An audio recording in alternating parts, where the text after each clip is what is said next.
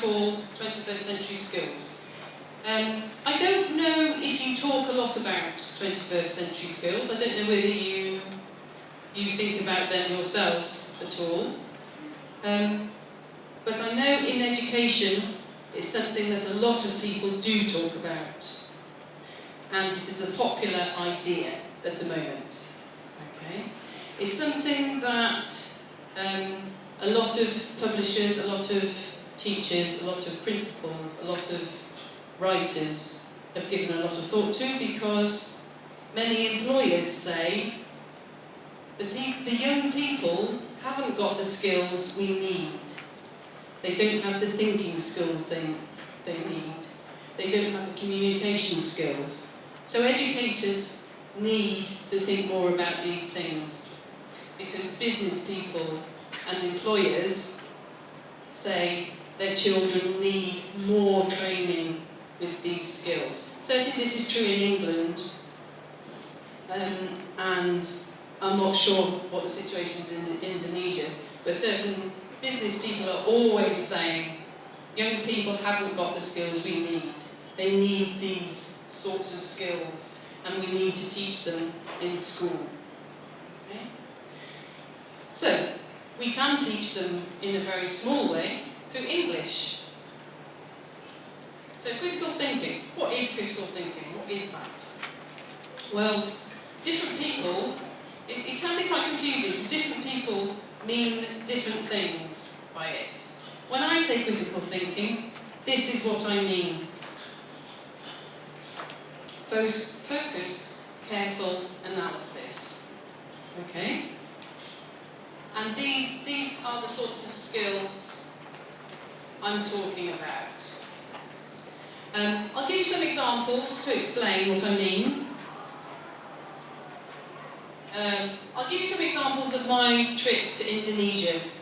So, using knowledge to solve problems. For example, it's not true this, it's not true this. For example, I don't like flying, and I want to go from Surabaya to Bali. That's a problem. How do I sort that out?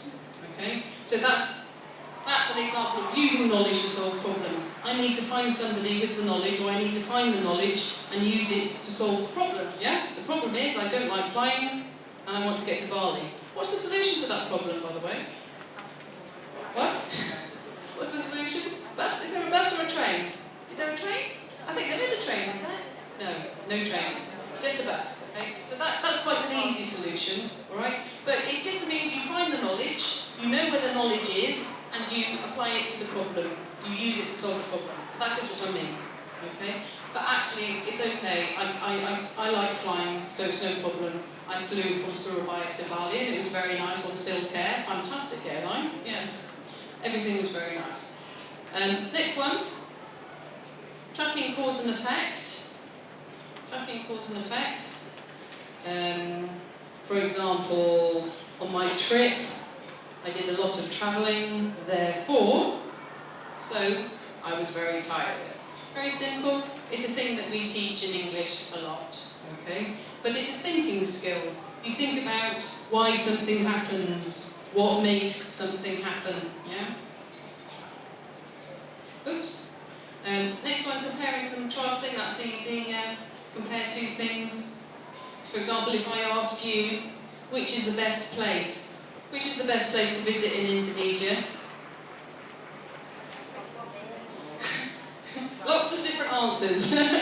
Lots of different answers. So if you tell me lots of different places to visit in Indonesia, I will compare them and contrast them and say, which one's the most beautiful? Which one's got a nice shopping mall? Which one can I get to easily? So you compare and contrast, and then you evaluate. I will look at all those factors, I will look at those options, and I will evaluate, okay, so which one's best for me? So you make the choice, you evaluate, you look at options and see which is the best option, yeah? And then we've got categorising and classifying. That's pretty easy, yeah? You just put things into groups, putting things into groups. So then you think about all the islands. How many islands are there in Indonesia? How many are there? Does anybody know? that question? Thousands, aren't there? Yeah. And they're all different. So maybe it would be interesting to look at the different islands and put them into groups. So which are the biggest islands? Which are the smallest islands? Which islands have people living on them? Which islands have nobody living on them? Which islands have cars? Which islands don't have cars? So you can do a fantastic exercise on the islands of Indonesia, classifying them and categorising them.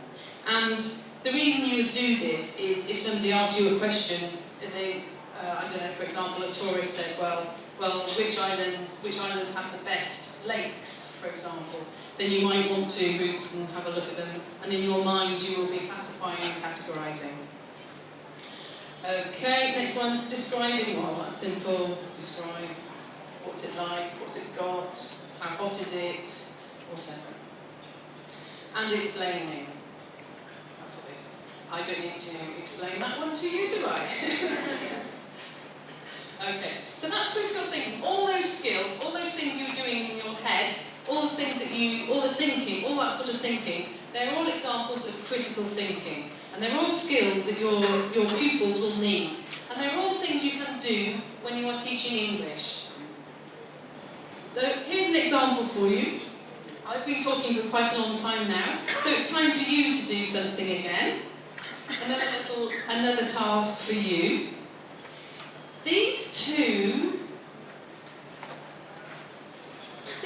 pages, they're different. This is a different page to this page, so it's two separate, different exercises, okay? They're both from Take Off with English, and they're both at the first level. So it's very easy, it's very basic. It's level 1, so the age of this is expected to be about 6 years old or 7 years old, alright? So it's very, very simple. But you can still do critical thinking with your very young children, right?